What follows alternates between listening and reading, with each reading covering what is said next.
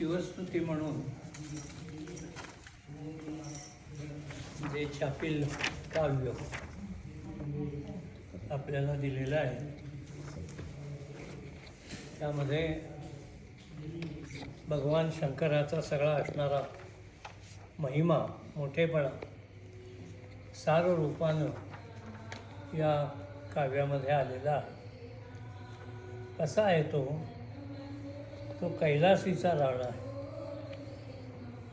सगळ्या विश्वाचं श्रेष्ठत्व या शंकराच्या चरणाशी आहे. तो माथा मुकुटी झळाळी, त्याच्या मस्तकावरती मुकुट झळाळतो आहे, पण तो कारुण्य सिंधू आहे. तुमचा आमच्याकरता ही विशेषणं अत्यंत महत्त्वाची आहे.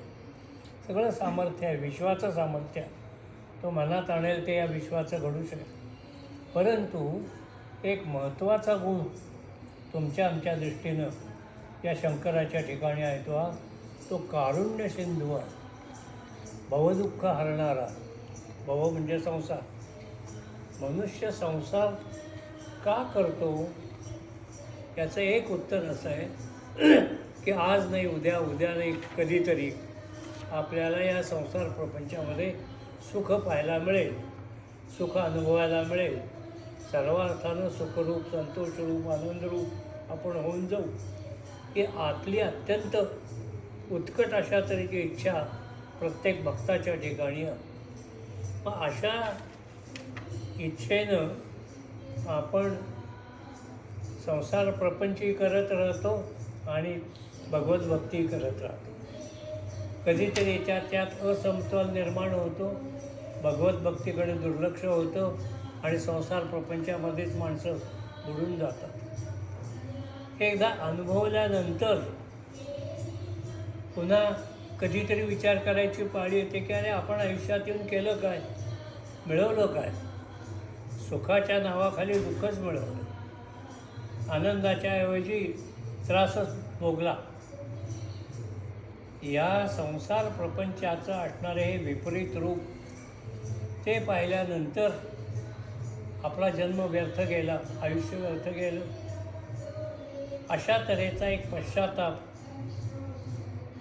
खऱ्या भक्ताच्या अंतःकरणामध्ये, मनामध्ये निर्माण होतो आणि हेही पुन्हा जाणवतं की आता हळूहळू काळ संपायला लागला आपला. किती वर्ष जगणार, महत्त्वाकांक्षा किती जगणार? 70 वर्ष, 80 वर्ष, 100 वर्ष. कधीतरी त्या अंतिम टप्प्यापर्यंत आपल्याला जायची पाळी येणार आणि मग हाताला काही लागलं नाही. अशा तऱ्हेचं एक विराट दुःख त्या भक्ताला, त्या माणसाला अस्वस्थ करून टाकतात. अशा वेळेला त्या भक्तानी एक जो पूर्ण दयापूर्ण आहे अशा भगवंताच्या चरणी लागावं. या सगळ्या जगातल्या विविध देवदेवतांच्या मध्ये शिव हे एक तत्त्व असं आहे की जो अत्यंत करुणापूर्ण आहे. दुसऱ्याचं दुःख पाहिल्यानंतर ज्याचं अंतःकरण कळवळून जातं आणि मग तो आपण होऊन त्याच्यावरती कृपा करतो. इतर सर्व देवदेवता त्या काही ना काहीतरी त्या भक्ताकडून मागतात. तू हे कर, तू ते कर, तू ते कर, मग मी तुझ्यावरती कृपा करतो. शिव हे तत्त्व असं आहे, ते अकारण कसल्याही तरीची इच्छा मनामध्ये न धरता, स्वार्थ मनामध्ये न ठेवता तुमच्यावरती कृपा करतो.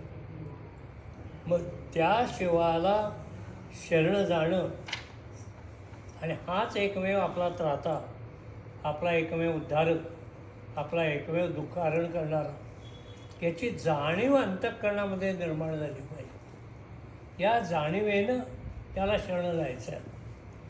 नुसते आपले बिल्वपत्र आणली, अक्षरा तयार केल्या, त्या पिंडीवरती वाहिल्या, आरती केली, अर्थात न करण्यापेक्षा ते बरं.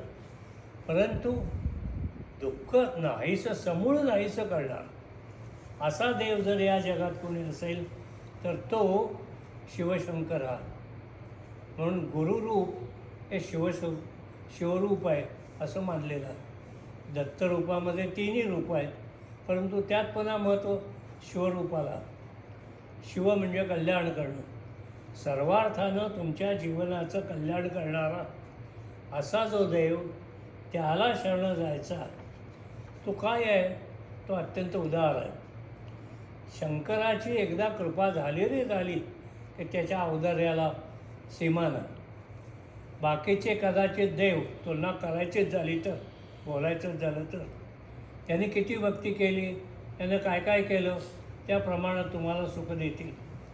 पण शिव हे दैवत असं आहे, त्याला शिव भोळा असं म्हटलेलं आहे. भोळा मनुष्य आहेत. मग तो एकदा भक्तावरती प्रसन्न झाला रे झाला तर तो तुम्हाला भरभरून तुमच्या जीवनाचं कल्याण ते करणारं असं वैभव देतो. आता असं या जगात काय आहे? पैसा, अडका, घरदार, शेती, व्यापार हे सगळं माणसांनी निर्माण केलेलं आत्यंतिक सुख जे आहे मनुष्याने भोगावं, असं फक्त दैवी कृपेनंच मिळतं. म्हणून देवाची कृपा कशी मिळवता येईल त्याचा विचार आपण मधून करायचा प्रयत्न करा. की देव माझ्यावरती खरंच प्रसन्न झाला आहे का? असेल तर तो कसा करेल?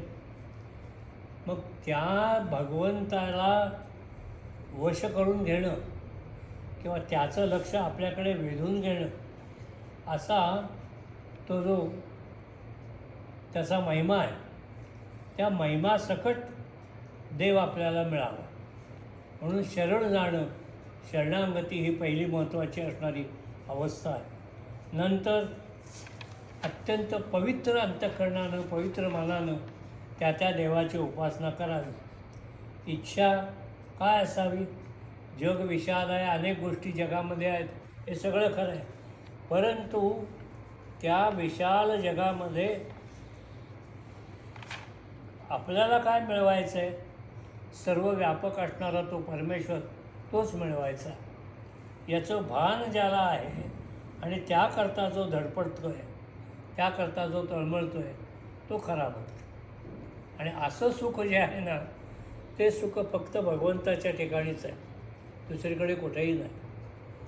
मग आता असं ते आत्यंतिक सुख त्या भगवंताकडून आपल्याला मिळावं असं जर वाटत असेल तर सगळ्या साधू संतांनी, योग्यांनी, ग्रंथकारांनी, ज्ञानी माणसांनी एक महत्त्वाचा असणारा असा सिद्धांत मांडला या जगात: शिव होऊन शिवाची पूजा करा. तुम्हाला आत्यंतिक सुख पाहिजे असेल, शंकराकडे आहे, नाही असं नाही. पण ते तुम्हाला मिळावं असं जर वाटत असेल तर तुम्ही स्वतः शिव व्हा. आता शिव व्हा म्हणजे काय करायचं? संन्यासी व्हायचं, रानावनात जाऊन राहायचं, स्मशानात जाऊन राहायचं, तसं ना. अत्यंत पवित्र अंतःकरणानं, पवित्र मनानं प्रत्येक कृती आपण करत राहायची. भगवंताला काही द्यायचंच असेल तर भगवंत अत्यंत व्यापक आहे, विराट आहे, हे त्याला जाणायचं आणि त्याला आपलं सर्वस्व त्याला द्यायचा प्रयत्न करायचा. असं कोण करतं का आत्तापर्यंत? होय, कामधेनू अशा तऱ्हेचं काम करते. जगाने किती तिला त्रास दिला, किती ओढायचा प्रयत्न केला, तरी कामधेनू ही दूधच देणार. तसं भगवंत हा तुम्हाला कैवल्याचं असणारं जे सुख तेच देणार. खरी भक्ती जर केली असेल तर अत्यंत श्रेष्ठ सुखाकडे तो तुम्हाला घेऊन जाणार. पैसा अडका तुमच्या नशिबाप्रमाणे, तुमच्या प्रयत्नाप्रमाणे किंवा अन्य असणाऱ्या सुखाच्या गोष्टी तुमच्या प्रारब्धाप्रमाणे तुम्हाला मिळतील. पण जे कधीही आटणार नाही, नाहीसं होणार नाही, कोणी पळवून घेऊन जाणार नाही, असं जे सुख आहे, जे वैभव आहे, ते मिळावं असं जर वाटत असेल तर एका भगवंताला शरण जा. त्या भगवंताच्या शरण जाण्यामध्ये वैशिष्ट्य काय आहे? नुसतं त्याचं स्मरण केलं रे केलं की तो तुमच्यावरती कृपा करतो. उत्तम स्मरण करता येणं म्हणून माळ जी आहे त्याला स्मरणी असं म्हटलेलं आहे. 108 मणी आहेत त्याच्यामध्ये तुम्ही स्मरण करायला लागलात 108 वेळा. नुसत्या मणी ओढायचे नाही, प्रत्येक मण्याबरोबर भगवंताला आठवायचा प्रयत्न करायचा. स्मरण देवाचं, स्मरण संसाराचं नाही, स्मरण व्यापाराचं नाही, स्मरण पैशाचं नाही, किंवा आपल्या वाट्याला आलेल्या सुखदुःखाचं किंवा संकटाचं नाही. स्मरण देवाचंच आहे. सुख आलं देवाच्या कृपेनं आलं, दुःख आलं देवाच्या कृपेनं, अडचणी आल्या देवाच्या कृपेने आल्या. त्या कशा निवारण होतील? देवाच्या कृपेनंच निर्माण होतील. देव हा आपल्या जीवनाचा केंद्रबिंदू झाला पाहिजे. आता अशा देवाला प्राप्त करून घेण्याकरता हा भाव अंतःकरणामध्ये निर्माण झाला पाहिजे. हे शंकरा, तुझ्याशिवाय मला या जगात कोणीही तारणारं नाही. संसार प्रपंचात बुडवणार आहे, संसार प्रपंचात दुःख आणि यातना देणार आहे, क्लेश देणार आहे. म्हणून संसार प्रपंचात अलिप्त राहा, करू नये असं नाही, करा. तुमच्या वाट्याला आलेलं जे कर्म आहे ते करायचंच, परंतु त्या कर्माच्या पाठीमागं जात असताना तुमच्या अंतःकरणामध्ये, मनामध्ये अशा तऱ्हेची भूमिका असली पाहिजे की खरी शांती, खरं सुख, खरं समाधान त्या भगवंताच्या चरणाशी आहे. म्हणून कोणत्याही परिस्थितीमध्ये त्या देवाच्या असणारा व्यापकपणाला, आत्यंतिक सुखाला त्याला विसरायचं नाही. मग तो जीव शिव हे एक आहेत हा विचार तुमच्या चित्तामध्ये जेवढा दृढ होईल तेवढा तुम्हाला दुःखाचा परिहार आणि सुखाची प्राप्ती आपोआप होत जाईल. म्हणून जीवाशिवाची जडली समाधी. मी जीव नाही, मी शिवरूप आहे, मी शिवरूप आहे. शिवोहम शिवोहम शिवोहम असा ध्यास तुमच्या अंतःकरणाला, मनाला, इंद्रियांना लागला पाहिजे. मी त्या शिवरूपामध्ये एकरूप होऊन जाणार आहे असं तुम्ही त्या शिवाचं स्मरण करत राहिल्यासारखं की प्रपंचाची उपाधी आपोआप तुटेल. प्रपंच उपाधी आहे, बाहेरून तुम्ही जोडून घेतलेली आहे. प्रपंच मुद्दाम तुमच्या जीवनात शिरला असं नाही. तुम्ही संकल्प विकल्पपूर्वक संसार प्रपंचाची मांडामांड करता. मग खरं सुख जे आहे ते परमेश्वराजवळ आहे.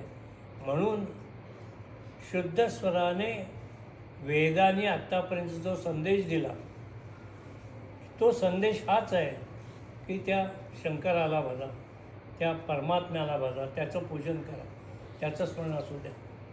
म्हणून सोहम सोहम सोहम हा ध्यास लागला देवाला.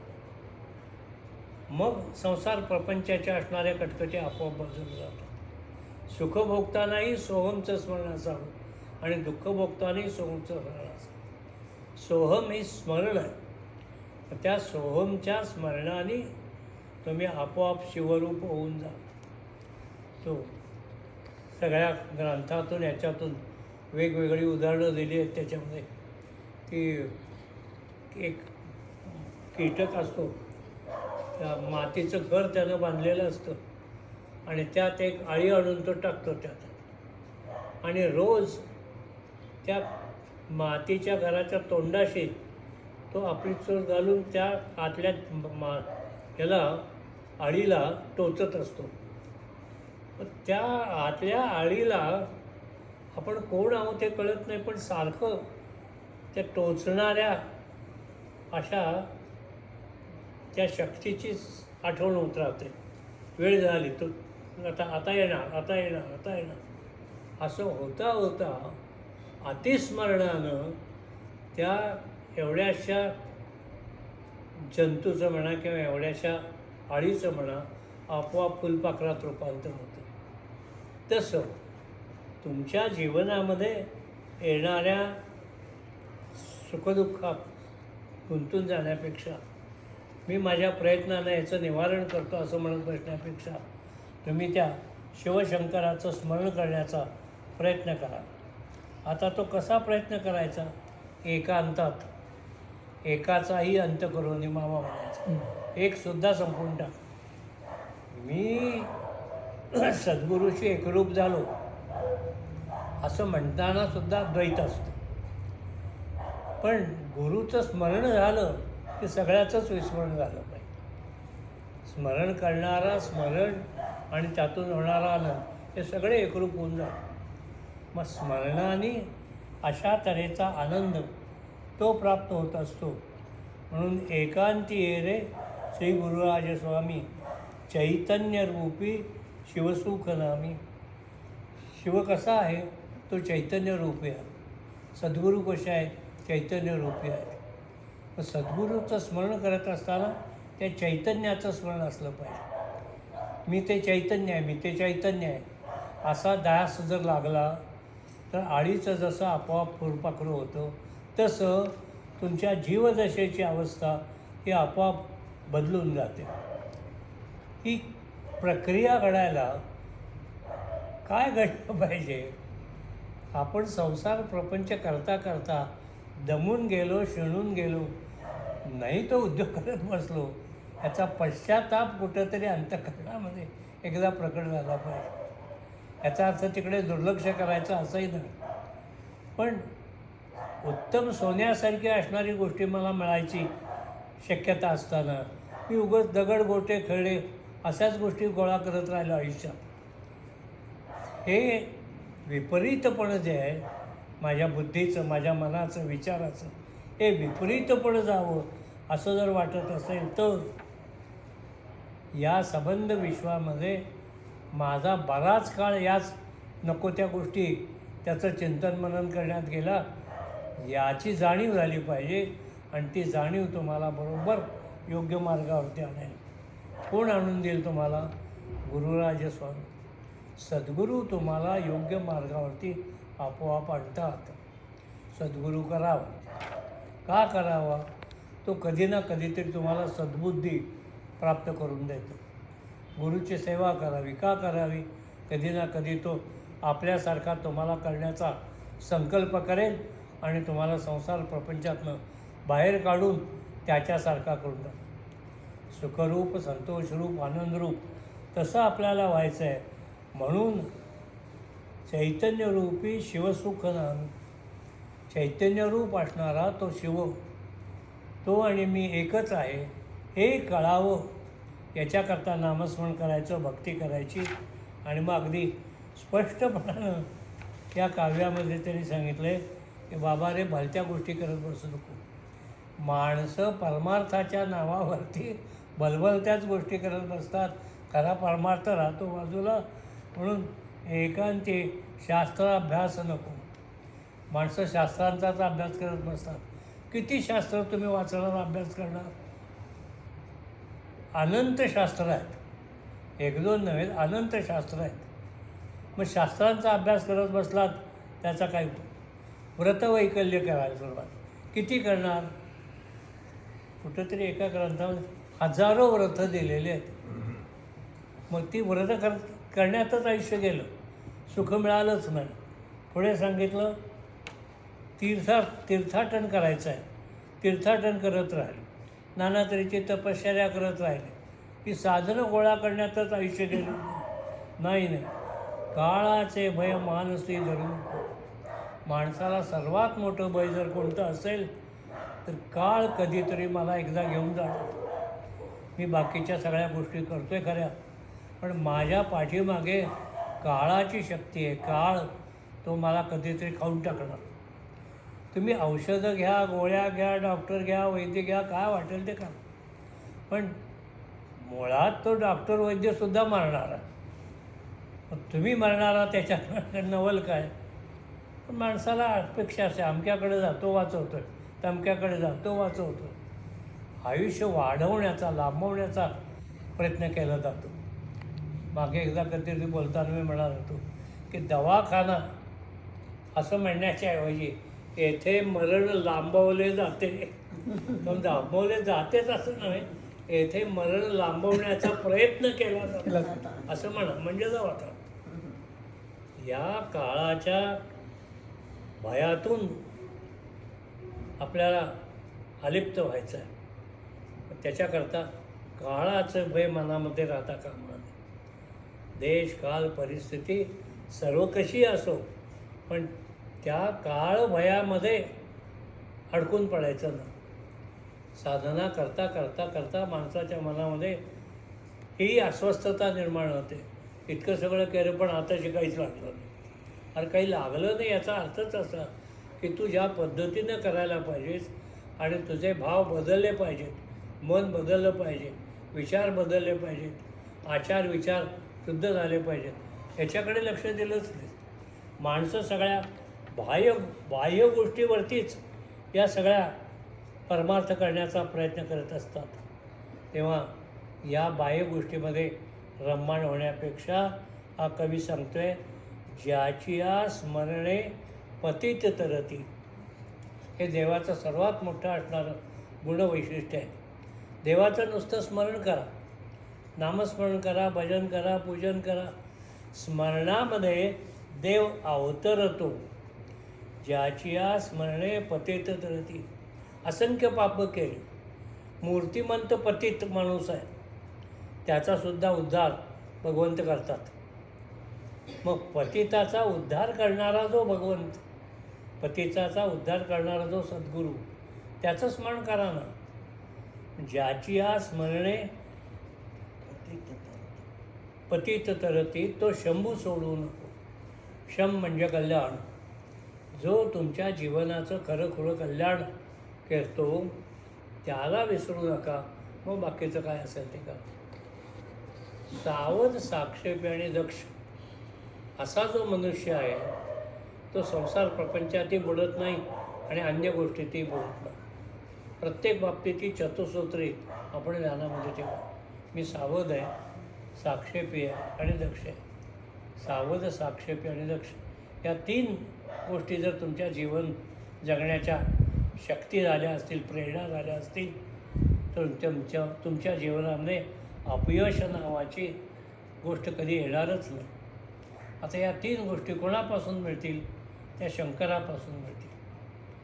त्या शंकराला दृढ करायचं अंतःकरणानं, मनानं, आणि शंकराचं चिंतन करायचं. माझे वडील गोष्ट आहे, शिवलीलामृतात गोष्ट आहे ती, की एक भिल्ल रोज शंकराच्या मंदिरामध्ये यायचा आणि येताना तो तीर्थ आपल्या तोंडात चूळ भरून आत ठेवायचा, बेलाची पानं 4 आणायचा आणि आला की ती चूळ त्या शंकराच्या पिंडीवर टाकायचा, स्वच्छ पुसून काढायचं, धुवून काढायचं आणि आणलेली ती बेलाची पानं ती घालायचं तिथे. गंमत अशी झाली की हे रोज कोण करतं हे एकदा त्या पुजाऱ्याला जाणून घ्यायचं होतं. म्हणून तो पहाऱ्याला उभा राहिला तिथे. आणि जेव्हा तो भिल्ल आला तिथे आणि हे करायला लागला तेव्हा त्यानं त्याला पकडलं की तू हे काय करतो आहेस? तो काय म्हणतो, मी माझं व्रत हे आहे, मी देवाची पूजा अशीच करत असतो, तो मला हीच प्रेरणा देतो आहे. त्यानं त्या भिल्लाला पकडण्याचा आणि ठार मारण्याचा मनाशी निश्चय केला. तो त्या पिंडीतून शंकर प्रकट झाले आणि ते म्हणाले, तो माझा लाडका भक्त आहे, तू पुजारी आहेस, तू नुसती पूजा करतोस आणि निघून जातोस, तुझं लक्ष मंदिरात ठेवल्या जाणाऱ्या दक्षिणेकडे असतं आणि हा मनापासून हे सगळं करतो. इतक्या लांबून तो येतो, कष्ट करतो, सूळ भरली तरी ते पाणी ते तीर्थासारखंच आहे. मग त्या पाण्याने तो मला स्नान घालतो, नम्रतेने हात जोडतो, नामस्मरण करतो, झालेल्या चुकाबद्दल माफी मागतो. ही जी श्रद्धा त्याच्या अंतःकरणात आहे तशी श्रद्धा भक्ताच्या अंतःकरणामध्ये निर्माण व्हायला पाहिजे. म्हणून कवी जो आहे तो कवी मुद्दाम सांगतो आहे की त्या शंकराला सोडू नका. बाकीचं काय तुम्हाला मिळवायचं असेल ते मिळवा, टाकायचं असेल ते टाका. त्या शंकर आमच्या जीवनाचा केंद्रबिंदू, मध्यबिंदू, आणि त्याच्या भोवताली आपल्याला हिंडायचं आहे. म्हणून मंदिरामध्ये असो, ऑफिसमध्ये असो, कुठे बाजारात असो, एक फोटो आपण लावून ठेवलेला असतो की नमस्कार त्या गुरुतत्वाला करायचा. ते गुरुतत्व तुमचं संरक्षण करतं, तुम्हाला प्रेरणा देतं, सद्बुद्धी देतं, अपघातापासून किंवा अन्य विपरीत गोष्टीपासून तुम्हाला वाचवतं, दुर्बुद्धीपासून वाचवतं. मुख्य काम काय आहे? असं दुर्बुद्धीचा नाश करतो. दुर्बुद्धी नाही आहे. भक्त आहे आणि मूर्खासारखा वागत राहिलेला आहे असं होतच नाही. भक्त हा सद्बुद्धीनंच वागला. सद्बुद्धीच्या गावाला नेण्याचं काम सद्गुरू करत असतात. हे शंकराच्या पूजेचं खरं रहस्य आहे. पतिताला पावन करणं, पतिताचं तारण करणं आणि पतिताला सुद्धा पुण्यवान करणं आणि सर्व तऱ्हेच्या सुखाचा लाभ त्याला मिळवून देणं, हे काम शिवशंकर करतात. आणि शंकर हे सगळ्या भारतामध्ये अत्यंत प्रिय असणारं दैवत आहे. त्या शंकराची पूजा करा, शंकराकडे जा. शम म्हणजे कल्याण करणार असा तो जो शंकर आहे, त्या शंकराच्या भक्तीमध्ये, त्या शंकराच्या स्मरणामध्ये राहा. अख्खी सगळी विशेषणं लावलेली आहेत. सगळ्यांचा तो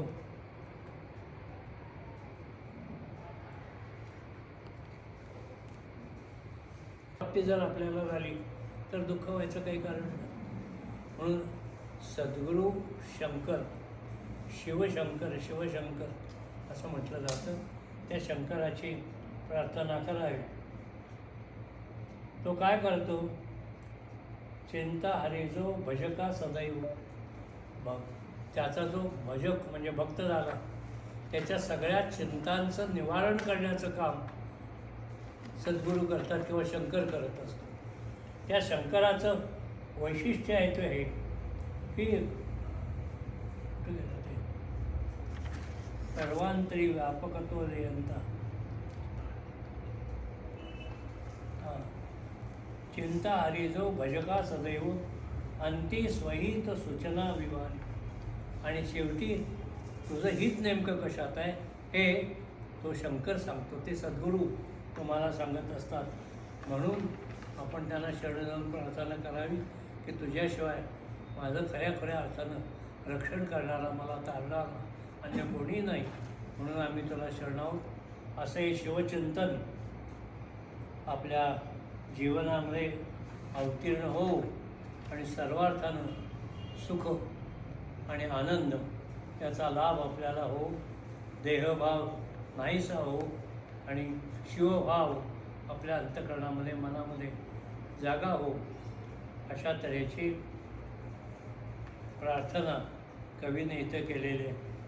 जीवशिवाची जडली रमादी, जीव तो शिव आणि शिव तो जीव.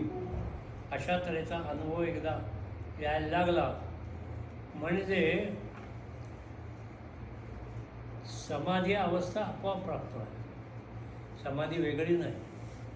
मी आणि शिव एकच आहोत.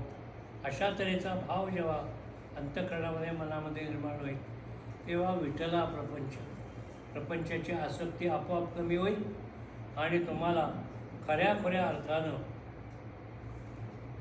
संसार प्रपंचातून बाहेर निघण्याची प्रेरणा आणि मार्ग सापडेल. शुद्ध सुरे गरजेची वेदचारी. वेदाने शेवटी काय सांगितलं? सगळ्या विश्वाचं रहस्य सांगायचा प्रयत्न केला. पण ते विश्वाचं रहस्य कसं प्राप्त होईल? गुरुला शरण जा. वेदामध्ये त्या शाश्वत असणारा जो देव त्याची उपासना करायला सांगितली. दुसऱ्याचा संहार करा, दुसऱ्याला दुःख द्या, यातना करा, आक्रमण करा असं वेदाने सांगितलं नाही. वेद म्हणजे जाणणं, त्याला जाणायचा प्रयत्न करा. तुमच्या तथाकथित या जीवनाचा अर्थ काय? तुम्ही इथे का आला? काय करायला पाहिजे? काय केलं असताना तुम्हाला सर्वोच्च सुख ते प्राप्त होईल? याचा विचार जर तुम्ही करत राहिला तर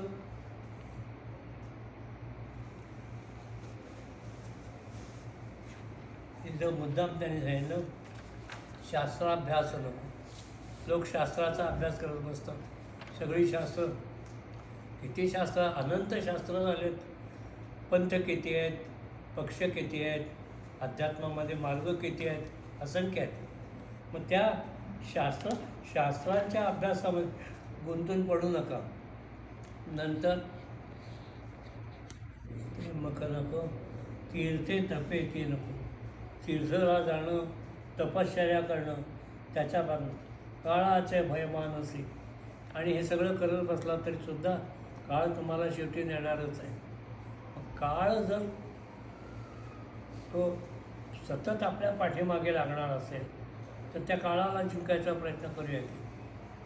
तुकारामाच्या अभंगामध्ये एक अभंग असा आहे आणि त्यांच्या त्या चरित्रामध्ये मी लिहिले की एक दिवस असा उठतो तुकारामाच्या जीवनात की तो देवाचा विचार करत असताना तो हा पांडुरंग तो युगे 28 उभाच राहिलेला आहे. अनेक पिढ्यांचा त्यानं उद्धार केला, माझे वाडवडिलांचा त्यांचा उद्धार केला, पण तो आहे तसाच आहे. सगळे आले आणि गेले पण हा जात नाही. हे जर सत्य असेल रहस्य जीवनाचं तर बाकीच्या गोष्टीच्या नादाला कशाला लागा. त्या पांडुरंगाचाच अंतःकरणाचा मनाला तो त्याची गाठभेट घालून घ्यायची, हेच आपल्या जीवनाचं मुख्य उद्दिष्ट असलं पाहिजे. मग काळ झरा जातोच आहे. मग काळ गेला, इतकी वर्ष गेली, तितकी वर्ष गेली, जाऊ द्या, उरलेली वर्ष तरी सार्थकी लावायचा प्रयत्न करा. उरलेल्या वेळामध्ये सुद्धा अत्यंत आत्मीयतेनं, उत्कटतेनं, प्रांजळपणानं, एकनिष्ठेनं जर तुम्ही नामस्मरण केलं तरीसुद्धा तो तुम्हाला पावणारा. देवानं कुठेही अट घातली नाही, इतका लाभ जप करा, इतकं ध्यान करा, इतकं तर काही ना. नामच घ्या, एकदा नामस्मरण घ्या. आत्यंतिक आत्मीयतेनं, प्रेमानं भगवंताला आळवा, त्याची स्तुती करा, त्याच्याशी एकरूप व्हा. पण जितके तुम्ही भगवंताशी एकरूप व्हाल तितके तुम्ही या प्रापंचिक दुःखातून, अनेक गोष्टीच्या दुःखातून, भयातून मागे. स्वामींच्या एका अभंगाचा सर्वातच बोललो होतो, निर्भय, निश्चिंत, निवांत, निरार्थ. ही 4 सूत्र आहेत परमार्थाची. निर्भय व्हा. संसार प्रपंचामध्ये भय, व्यापार उद्यमामध्ये भय, सत्तेमध्ये भय, अन्य काय कुठलीही गोष्ट काढा भय. पुन्हा निवडून नाही आलो तर झालं, संपलंच. मग आत्तापर्यंत केलेली सेवा गेली. भय नाही असं या जगामध्ये कुठेही एक गोष्ट नाही. मग भय शून्य व्हायला पाहिजे, चित्त भयशून्य झालं पाहिजे. मग भय नाहीसं झालं पाहिजे. मग मनातलं भय, अंतःकरणात मनात आज जे घर करून बसलं कायमचं, ज्याला काय झालं की ते छातीत उपवास करून अतिभगर खाऊन सहज कळ आली की भितऱ्या माणसाला वाटतं आता आपल्या तसं असत नाही. भय ते पाठलाग करतच येतं तुमच्याबरोबर. भय नावाचा पदार्थ आहे, तो नंतर शिरलेला असं नाही, तुमच्या अस्तित्वाबरोबर भय. या जगातलं भय कधीही नाहीसं होणार नाही जोपर्यंत तुम्ही आहात आणि आत्मभान विसरून या जगाशी एकरूप होण्याचा प्रयत्न करतात, तोपर्यंत भय तुमचा पाठलाग करतं. भयमुक्त व्हा. मग आर्तता, दुःख, वेदना हे सगळं आपोआप नाहीसं होतं. परमेश्वराच्या कृपेनं ती अवस्था आहे ती तुम्हाला प्राप्त झाली पाहिजे. उपाय काय? तो शंभू सोडू नको, त्या शंकराला विसरू नको म्हणजे ना. आणि शंकर हे कल्याण करणारं तत्त्व असल्यामुळं त्या तत्त्वाशी तुम्ही एकदा एकरूप झाला की मग सगळी बारीक सारीक असणारी दुःख, संकट, यातना त्या गळून जातात आपोआप आणि सुखरूप, संतोषरूप, आनंदरूप या गोष्टी आपोआप तुम्हाला प्राप्त होतात. आणि प्रार्थना अतिशय चांगली लिहिली आहे.